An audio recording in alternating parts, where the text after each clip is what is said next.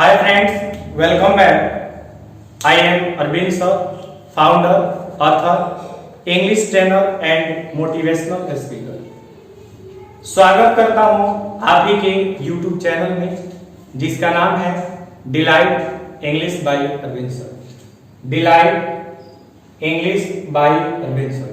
तो दोस्तों, आज के इस वीडियो में हम बात करने वाले हैं क्लास 10th की जो इंग्लिश की बुक है, इसमें आज हम बात करेंगे लेसन 1 के बारे में।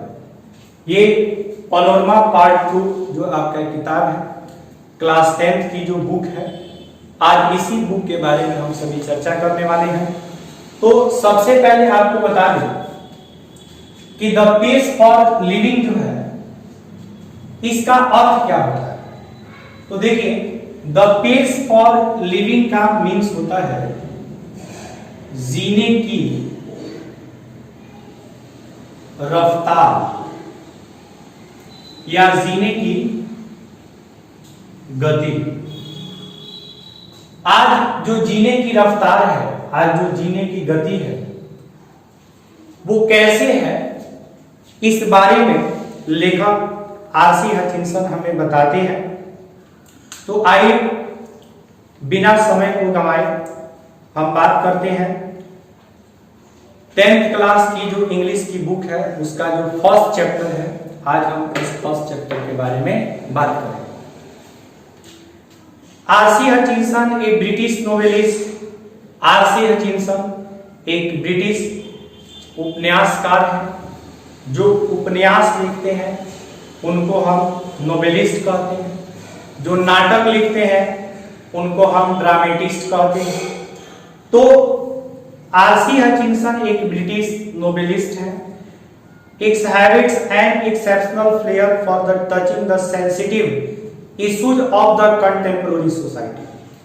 कह रहे हैं कि हमारे समाज की जो विरोधाभास है और भावुक मुद्दा है, उसको स्पर्श करते हुए हमारे समाज की कुछ अपवादिक जो चीजें हैं, इसके बारे में आरसी हचिंसन हमें रूबरू कराते हैं with all it's contradictions and paradoxes. कह रहे हैं कि जो भी हमारे समाज में कॉन्ट्रडिक्शंस है, विरोधाभास है, पैराडॉक्सेस है, जो भी दर्दनाक जो स्थिति है, उन चीजों को आरसी हचिंसन इस चैप्टर के माध्यम से हमें बताने की कोशिश किए हैं। In the pace for living, जीने की रफ्तार, जो इस स्टोरी का टाइटल है, इसमें RC Hutchinson captures, RC Hutchinson ग्रहण करते हैं the agony of modern man, आधुनिक व्यक्ति की जो दर्दनाक कहानी है, उस कहानी को ये कैप्चर करते हैं। He brings out how the fast movement of man, वे बताते हैं कि कैसे मनुष्य की जो तेज गति है, जीने की जो गति है, और ये जो ऑब्जेक्ट्स हैं, जो वस्तुएं हैं, ये मनुष्य के को कैसे हर्ट्स करते हैं और rhythm and exerts undue pressure on main, women and children. और इसका जो प्रभाव है वो पुरुषों पे, स्त्रियों पे और बच्चों पे कैसे पड़ता है, इसके बारे में आरसी हचिंसन ने इस चैप्टर में बताया। इसके बाद क्वेश्चन दिया गया है कि do you find life leisurely और फास्ट। आज का जो जीवन है उसको आप किस रूप में देखते हैं, लीजरली है, आज का जो लाइफ है वो मंद है कि फास्ट है, इसके बारे में आपको बताना है। Are you satisfied with what you see today, जो कुछ भी आप देख रहे हैं, जो भी टेक्निकल डिवाइसेस देख रहे हैं या कोई भी आप इलेक्ट्रॉनिक डिवाइसेस देख रहे हैं, तो इन चीजों से आप संतुष्ट हैं कि नहीं। देखिए, इसमें पहला स्टैंजा है जिसमें लेखक कहता है कि आई सा ए प्ले इन डबलिन, आई सा ए प्ले इन डबलिन, मैंने डबलिन एक जगह का नाम है, और लेखक कहता है कि आई सा, आई मतलब मैंने, सा मीन्स देखा, ए प्ले, यहां पे याद रखेंगे कि जो प्ले होता है जो प्ले है इसका अर्थ खेलना होता है, तो प्ले का अर्थ जब खेलना होता है तो इसको हम वर्ब के कैटेगरी में रखते हैं। और जहां पे प्ले का अर्थ नाटक होता है, नाटक होता है, तो इसको हम नाउन के कैटेगरी में रखते हैं। यानी प्ले वर्ब भी है, प्ले नाउन भी है। तो यहां प्ले का जो यूज है वो वर्ब के रूप में नहीं बल्कि नाउन के रूप में यूज किया गया है।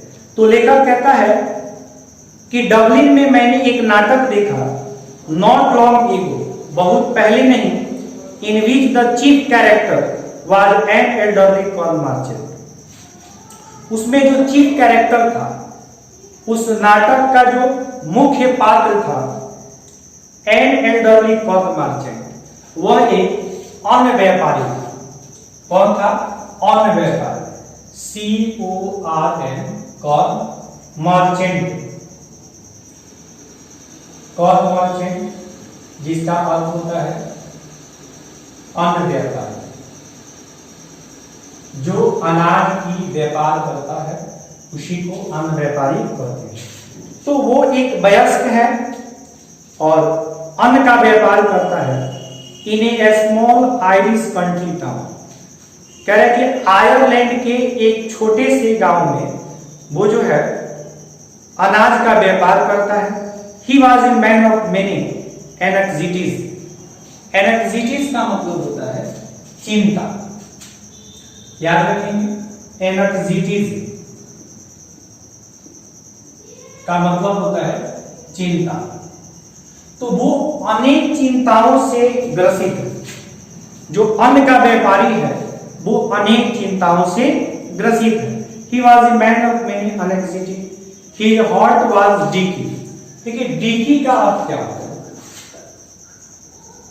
डिकी का अर्थ होता है चिकन हार्टेड पर्सन। मतलब डिकी का मतलब होता है डरपोक, कमजोर दिल का। डिकी का मतलब डरपोक या कमजोर दिल का। तो कह रहे हैं कि ही was a man of many anxiety, वो अनेक समस्याओं से ग्रसित व्यक्ति है। और हिज हार्ट वाज डिकी, और वह कमजोर दिल का व्यक्ति है। कह रहे कि his Neiphiu was cheating him, उसका जो भतीजा होता है उसे हमेशा चीट करता है, उसको ठगता है। His wife had the fantastic notion of spending 10 pound on A holiday. साथ ही साथ जो अन्न व्यापारी है उसकी जो पत्नी है, his wife had the fantastic notion of spending 10 pound on A holiday. किसी भी पर्व पे, किसी भी त्योहार पे, किसी भी छुट्टी पे वह 10 पाउंड जो है खर्च कर दिया करती है। तो देखिए पाउंड जो है, जैसे हर देश का अपना अलग अलग रुपया होता है, जैसे हर देश का अलग अलग अपना करेंसी होता है। जैसे भारत का करेंसी रुपया है, उसी तरह जापान का जो करेंसी है वो पाउंड होता है।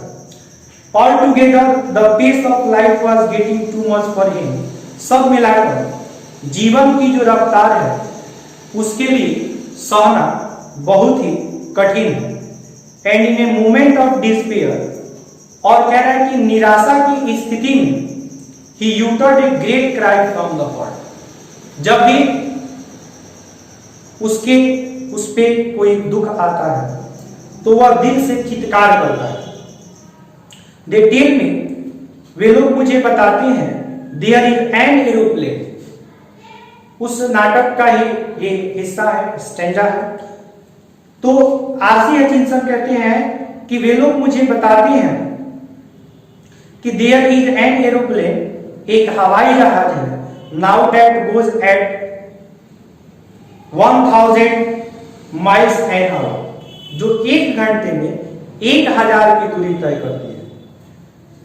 कह रहा है now that is too fast, वह बहुत तेज गति से उड़ता है। कह रहा है कि फॉर मी, मेरे लिए, that was most enchanting line in the play. उस नाटक में ये जो लाइन है, ये जो पंक्ति है, मेरे लिए सबसे ज्यादा इंचेंटिंग था, सबसे ज्यादा महत्वपूर्ण था। कह रहा है the man's complaint was so gloriously irrelevant to his own situation. उस व्यक्ति की जो स्थिति है वो बिल्कुल इररिलेवेंट है। इसमें कहता है एंड बिसाइड्स, और इसके अतिरिक्त बीइंग कॉमिक, हास्यजनक है। It struck me as a perfect illustration of the way the Irish get at substance truth by the most unlikely approaches you saw what the old fool meant. उसमें उस नाटक का जो हिस्सा होता है, एक बुजुर्ग होता है और वो कहता है कि तुमने देखा वह व्यक्ति कैसे मूर्ख बनाता है। तो ये जो है आपका फर्स्ट स्टेंजा था। अब जो है हम नेक्स्ट वीडियो में बात करेंगे सेकंड स्टेंजा के बारे में। आप इस चैनल को लाइक कीजिए, वीडियो को शेयर कीजिए, सब्सक्राइब कीजिए और कमेंट करना नहीं भूलिए। अगर आप चाहते हैं इस तरह का वीडियो आपको मिलता रहे तो आप मुझे कमेंट सेक्शन में बताएं कि ये वीडियो आपको कैसा लगा, और फिर इसी का जो पार्ट 2 वीडियो होगा उसमें हम नेक्स्ट स्टेंजा की बात करेंगे। तब तक के लिए धन्यवाद।